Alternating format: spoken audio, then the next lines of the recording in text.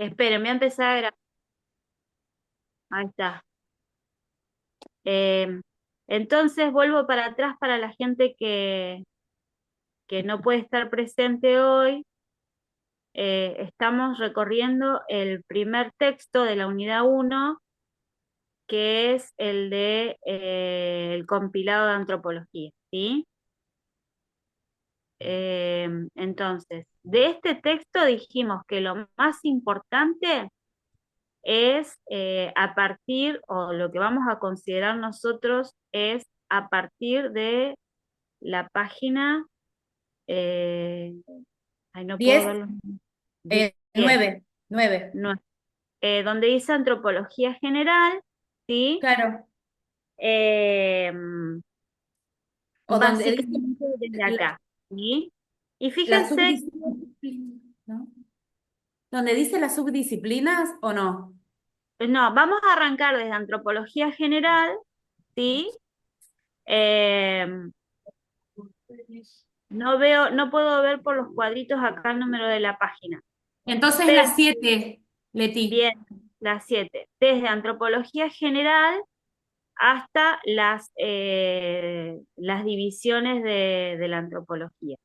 Perfecto. Decíamos entonces que la clase anterior estuvimos revisando un poco nuestras propias conceptualizaciones referidas a la antropología. Y básicamente tenemos que considerar que la antropología es una ciencia, ¿sí? Que estudia las diferencias y nació como una disciplina de análisis de la alteridad, de la otredad, siempre desde las premisas, desde las diferencias raciales, ¿sí? Esto es lo que ustedes tienen que tener bien en claro. Eh, para después poder analizarlo desde las disciplinas que ustedes están estudiando, ¿sí?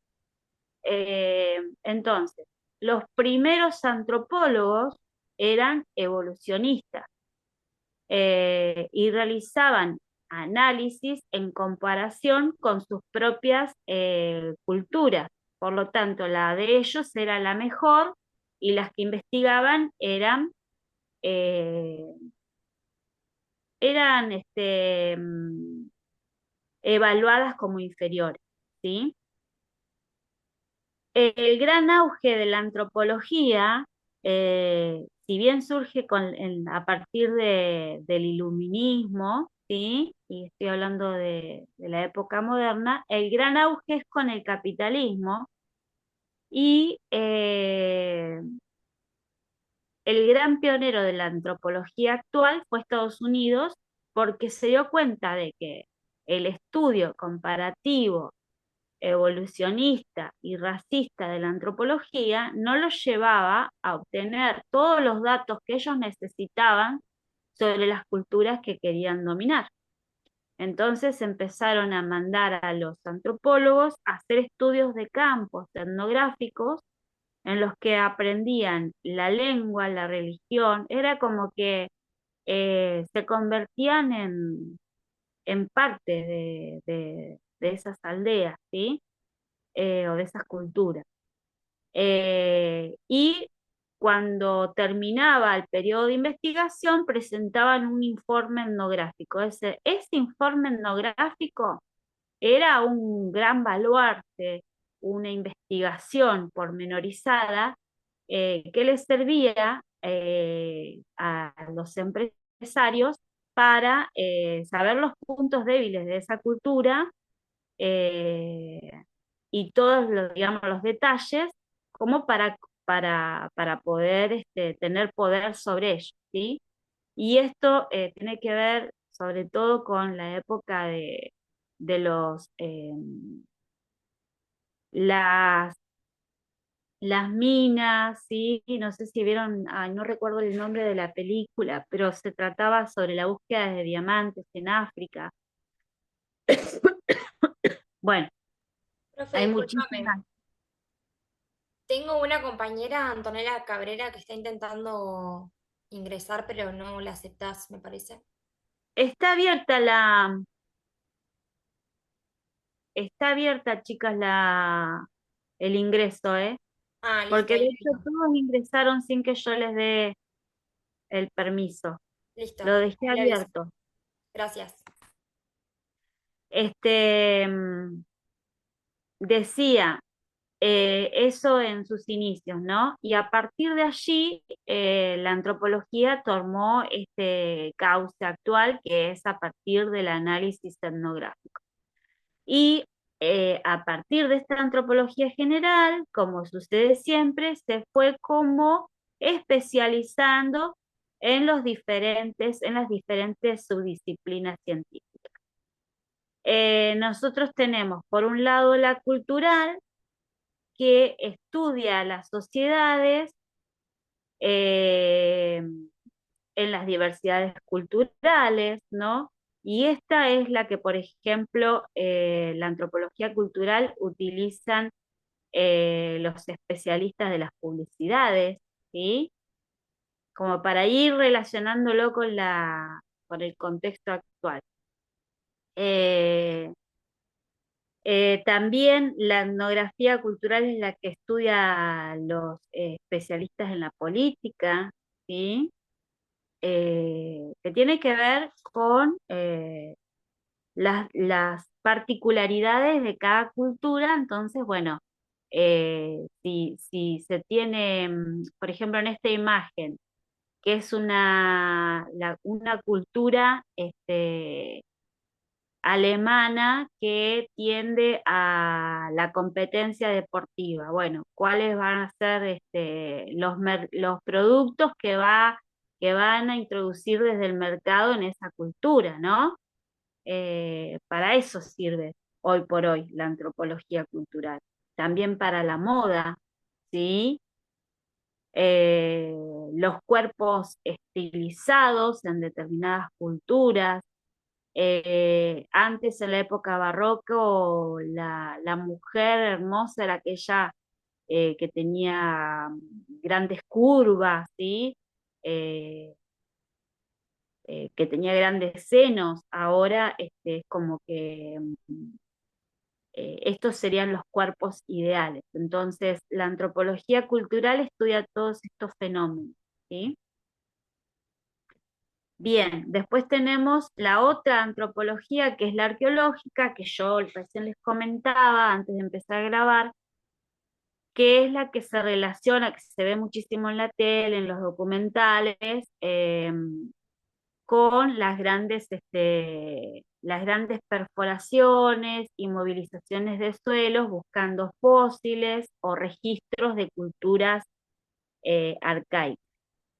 Para hacer este tipo de arqueología se necesita muchísimo dinero, muchísimo. Entonces siempre está esponsoreado este trabajo eh, por museos o por empresarios que después revenden las piezas que encuentran, o por coleccionistas multimillonarios, ¿sí? Pero es muchísima la plata que se necesita para hacer este tipo de arqueología, y además intervienen otros tipos de especialistas, como yo les decía recién.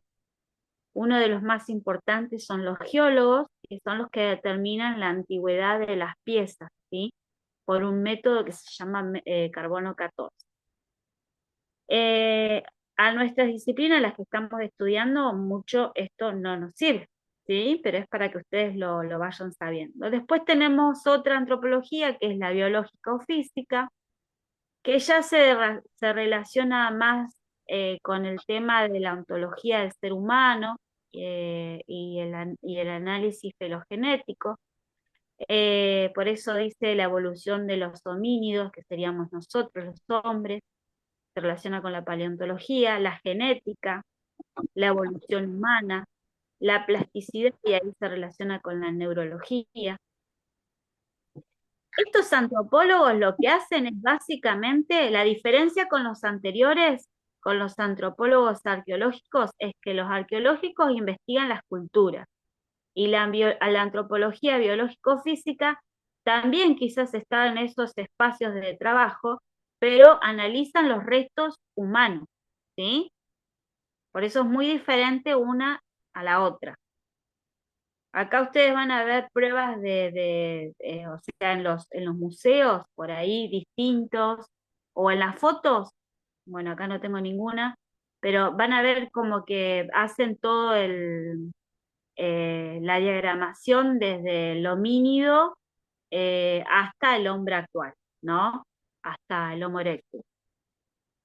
Eh, bueno, eso es lo más importante de este material, ¿sí? Como para que ustedes tengan en cuenta. La antropología lingüística también está interesante darle una leidita porque se refiere a la evolución del lenguaje en los distintos contextos sociales, ¿sí? Y a mí me gustaría que anotaran esta palabra que les voy a decir. La antropología lingüística, lo explica acá con otras palabras, estudia la competencia lingüística, ¿sí? En cada cultura va variando esa competencia lingüística. Y eso sí ustedes tienen que tenerlo en claro como profesionales, porque ustedes para trabajar, sea de acompañante terapéutico o como técnicos superiores en niñez, adolescencia y familia, tienen que tener una comunicación pragmática en la comunicación para llegar con el mensaje que quieren transmitir a los diferentes interlocutores, ¿sí? O sea, ustedes se tienen que adecuar al, al, a- al léxico o a la forma de hablar o de entender, mejor dicho, del interlocutor. Eh, Eso sería la competencia comunicativa, la pragmática y deriva de la hermenéutica, ¿sí? La hermenéutica también es una ciencia que deriva de esto, eh, que tiene que ver con cómo transformamos al mundo o la realidad a partir del lenguaje, ¿sí? O sea, no existiría nada sin el lenguaje. ¿Me entienden lo que les estoy explicando más o menos?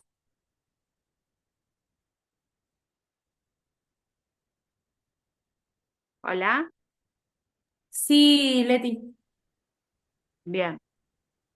No va. los quiero marear con tantas palabras raras, ¿sí? Lo vamos a ir viendo poco a poco.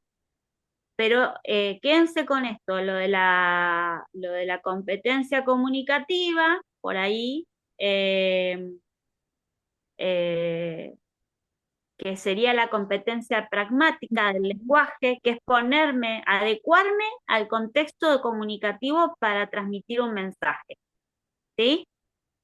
Si la otra persona tiene determinado lunfardo o determinada forma de entender, bueno, supónganse, si yo voy a trabajar con una familia que la mamá tiene una discapacidad intelectual, desde mi competencia comunicativa pragmática, ¿qué debo hacer? ¿Cómo me debo comunicar?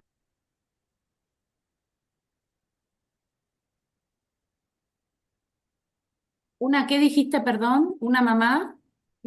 Si por ejemplo yo voy a trabajar, sea acompañante terapéutico o el técnico superior en niñez, adolescencia y familia, van a entrevistar o a trabajar con una familia que la mamá tiene discapacidad intelectual. Sí, Ustedes, desde su competencia comunicativa, pragmática, sí. eh, ¿cómo se van a comunicar con ella? Y de la manera más clara y más, digamos, por ahí es feo decirlo, pero digamos, más que nos entienda, común, normal, digamos, en un lenguaje no técnico. Exacto. Y siempre con ejemplos, gráficos, Claro. ¿sí? Mm. Eso sería la competencia comunicativa pragmática. La otra palabra que yo les dije, la hermenéutica, lo que estudia la hermenéutica, que deriva de esta antropología lingüística, lo que dice es que no existe la realidad si no existe el lenguaje, porque la realidad es lo que nosotros reelaboramos del contexto al que habitamos, ¿sí? Cuando nosotros decimos, esto es real, o esta es la realidad, estamos como manifestando lo que nosotros interpretamos que es esa realidad, ¿sí? Lo vamos a seguir trabajando, pero es como para que ustedes vayan sacando fichas de por qué estamos trabajando estos temas, ¿sí? ¿Podés repetir lo último, por favor? Bien. Por ejemplo, vamos a hablar de un tema muy candente en nuestra sociedad actual, que es, por ejemplo, la dictadura militar. Mm, Para una determinada población, la dictadura militar fue necesaria porque había un riesgo civil, mm, ¿sí? Para otra parte de la sociedad, la dictadura militar fue o generó un genocidio mm. a civiles inocentes. Entonces, ¿qué nos dice eso desde el análisis de la antropología lingüística y la hermenéutica? Nos dice que el ser humano construye la realidad dependiendo del lenguaje que está relacionado con su pensamiento, con sus experiencias, con sus prejuicios, ¿sí? Entonces, la realidad como tal, una sola no existe. Sí, Existen tantas realidades como mentes la analizan. Eso bien, sería en criollo este estudio, ¿no? bien. De, que deriva de la lingüística antropológica que hoy es recuperada por la ciencia de la hermenéutica. ¿Mm?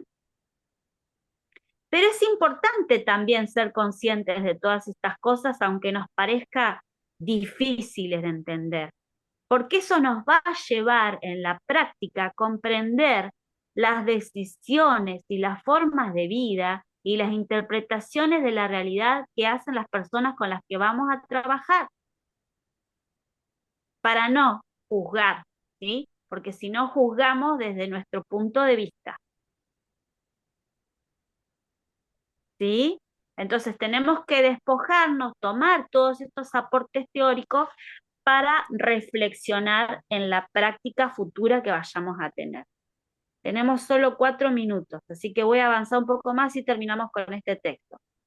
Eso sería lo básico de este texto, ¿sí? Del compilado de antropología. Denle una leída por arriba, ¿sí? Después tienen la antropología y la psicología. También, todo muy por arriba porque esto no lo vamos a tocar mucho. ¿Sí? A mí lo que me interesaba era la antropología general y las clasificaciones. Acá hay unas preguntas que no es necesario que ustedes las analicen, ni mucho menos, ¿sí? Porque esto es para para antropología general que dura un año la materia, no es para ustedes. Bueno, vamos a cortar si les parece y volvemos con el siguiente link, ¿sí? Sí. Yo voy a parar la grabación.